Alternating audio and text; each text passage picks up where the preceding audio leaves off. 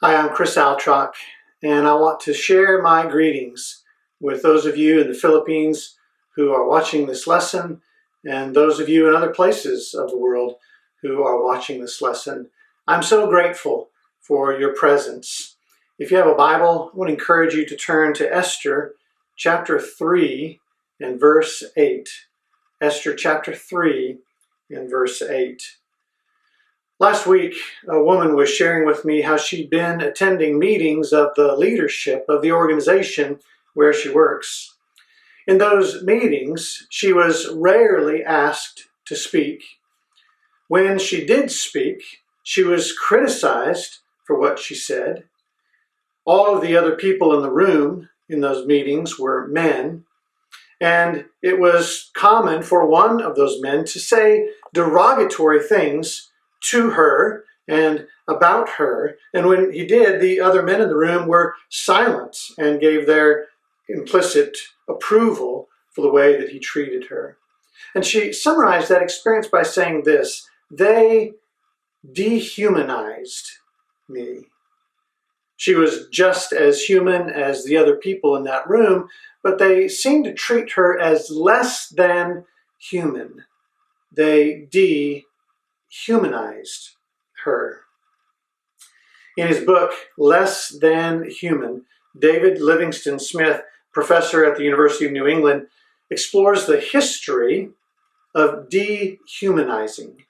And he writes this: dehumanization is the belief that some beings only appear human, but beneath the surface, where it really counts, they aren't human at all.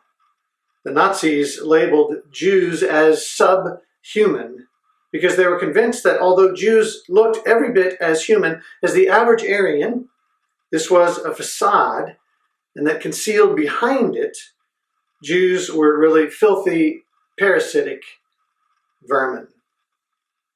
Smith goes on to explore how dehumanization is often the tool of political powers. He says when you survey political posters from the United States, Germany, Britain, France, the Soviet Union, Korea, and other nations, what you often find is them portraying other people, the other political party, a political rival, another nation, another ethnicity, as menacing creatures.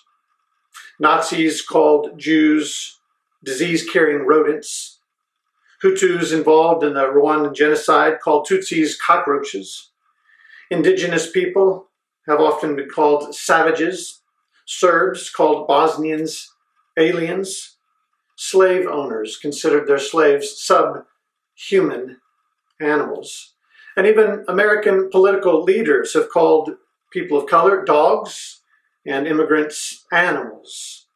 Dehumanization is our tendency to look at other people as somehow less than human.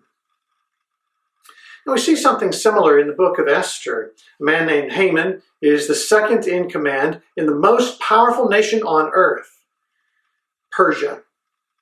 Persia is filled with Jews who are captured during a war and forcibly relocated there. Haman decides to kill all of the Jews in Persia. But first he has to persuade King Ahasuerus to authorize this killing. And he does this by dehumanizing the Jews. So Esther chapter 3 verse 8, then Haman said to King Ahasuerus, there is a certain people scattered abroad and dispersed among the peoples in all the provinces of your kingdom. Their laws are different from those of every other people, and they do not keep the king's laws, so that it is not to the king's profit to tolerate them. Haman sees the Jews in three ways. First, Haman describes the Jews as a flu to be eradicated. He says they are scattered abroad and dispersed among the peoples in all the provinces of your kingdom. Essentially, Haman is describing them as a virus, as a contagion. They are everywhere. They've taken over everything. They've infested all places. He sees them as a flu to be eradicated. Second, he describes them as felons to be executed. He says their laws are different from those of every other people, and they do not keep the king's laws. Now, the Jewish people did have laws that were different from Persian laws, but where Persian law and Jewish law were the same, the Jewish people kept the law. Nonetheless, Haman is calling the Jewish people criminals. They're felons to be executed. And finally, Haman describes the Jewish people as filth to be eliminated. He says it's not to the king's profit to tolerate them. That word profit is used 3 times in the book of Esther. In chapter 5, verse 13, it's translated this way, yet all this is worth nothing. And in chapter 7, verse 4, it's translated this way, indeed, the trouble wouldn't be worth burdening the king. Haman is saying that these Jewish people, well, they're worthless. They're just filth to be eliminated. And this dehumanizing way of looking at people leads to cruelty toward people. Dehumanizing language and thoughts about people turns into dehumanizing actions against people. So David Livingston Smith writes this, dehumanization acts as a psychological lubricant, dissolving our inhibitions and inflaming our destructive passions. As such, it empowers us to perform acts that would, under other circumstances, be unthinkable. He's saying that under normal circumstances, a normal person would be inhibited from acting in a cruel way toward other people. But by dehumanizing those other people, by seeing them as somehow less than human, by attaching these other labels to them, we're able to overcome our natural God-given inhibitions, and we then treat them cruelly. That explains the cruel treatment of criminals at Guantanamo Bay, the gassing of the Jews in concentration camps, the lynching of black men and women in the United States, the Rwandan genocide, and a host of other atrocities. The person or group in each case was thought of as less than human, and that empowered others to treat them in cruel ways. And this is exactly what happens with Haman. After Haman successfully persuades the king to see the Jews as less than human, he's granted the authority to exterminate them. Chapter 3 and verse 13, fast runners were to take the order to all the provinces of the king. The order commanded people to wipe out, kill, and destroy all the Jews, both young and old, even women and little children. Haman's terrible way of looking at people led to this terrible way of treating people. Because the Jews were viewed as less than human, they could be treated in inhumane ways. Even young and old, women and little children were to be exterminated. At Stanford University in 1975, Albert Bandura and his colleagues invited students to give different degrees of electrical shocks to 3 different groups in the study. One group was described as nice people. Another group was described as animals. The third group wasn't described at all.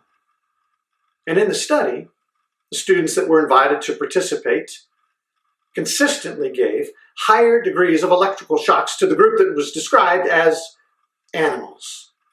Even that one dehumanizing label led to greater cruelty on behalf of the students.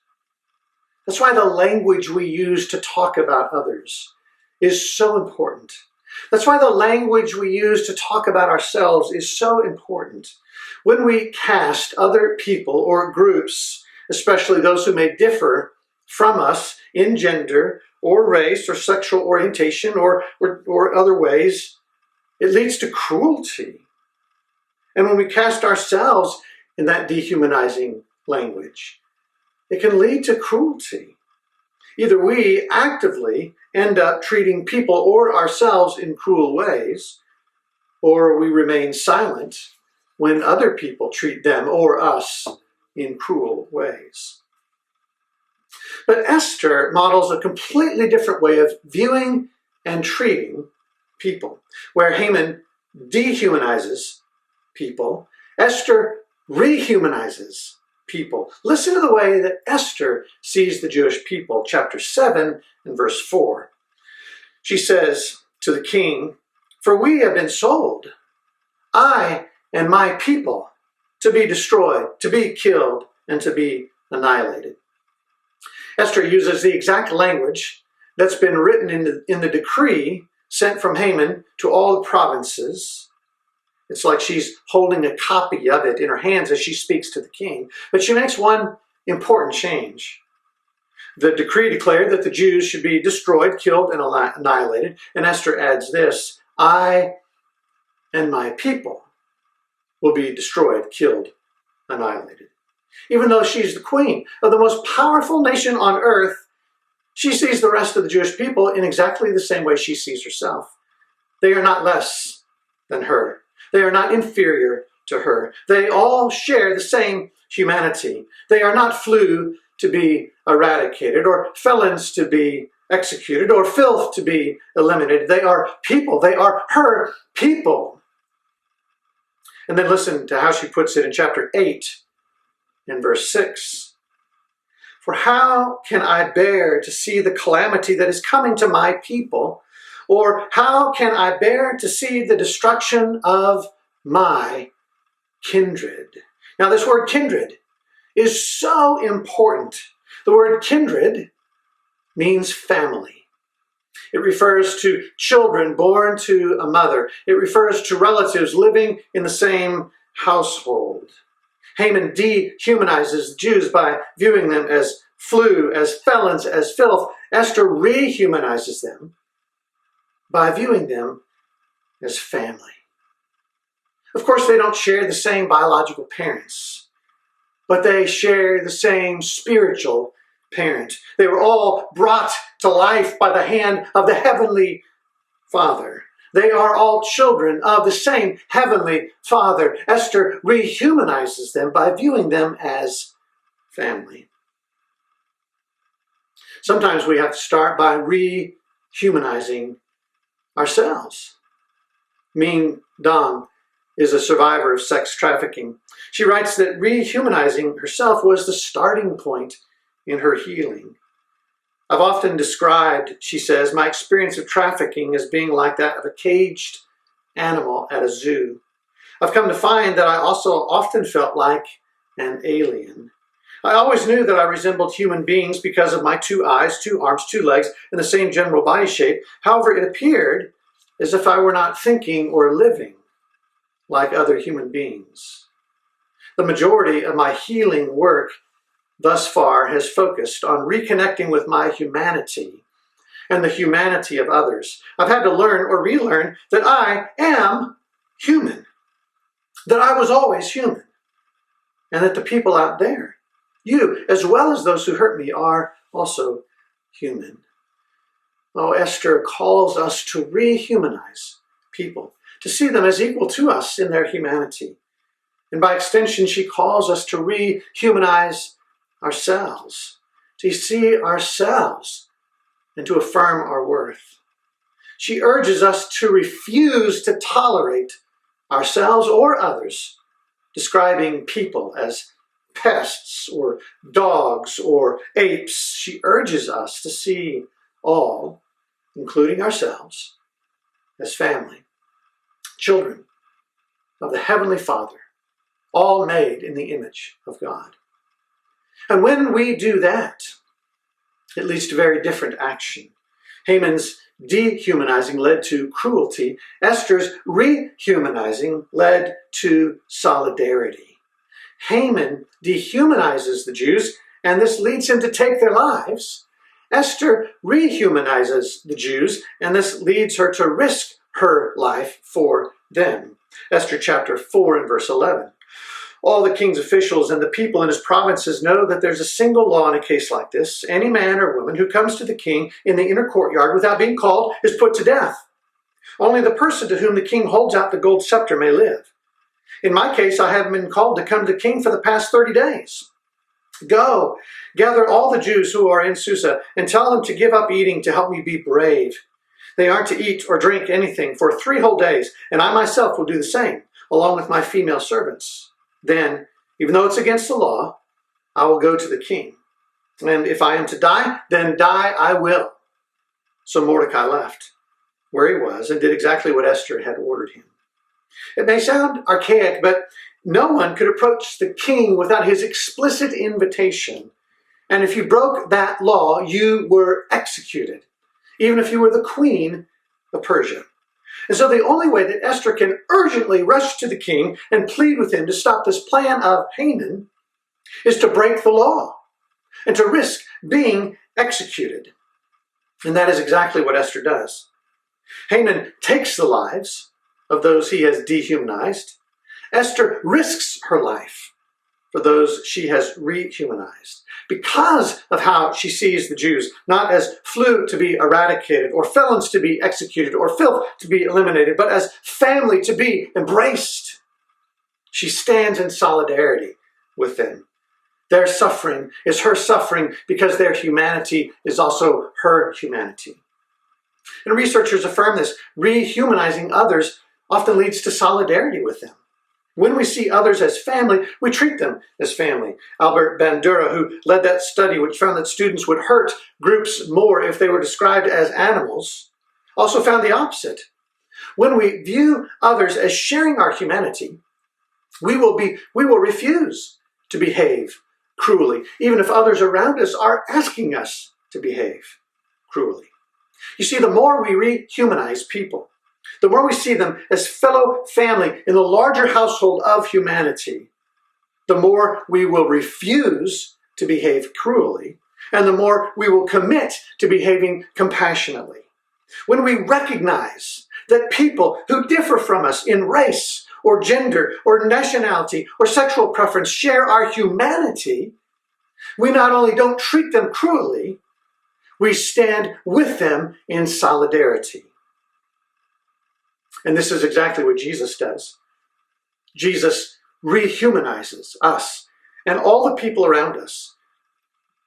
In Luke 15, Jesus tells a parable of a son who squanders his inheritance and then comes home empty-handed and shamefaced. The young man rehearses a speech that he will give to the father when he finally sees him. Father, he says, I sinned against heaven and before you. I am no longer worthy to be called your son. Treat me as one of your hired servants. Can you hear the dehumanizing language there? He views himself as not having worth or profit, the very same way Haman viewed the Jews. He doesn't see himself as family. He only sees himself as a slave.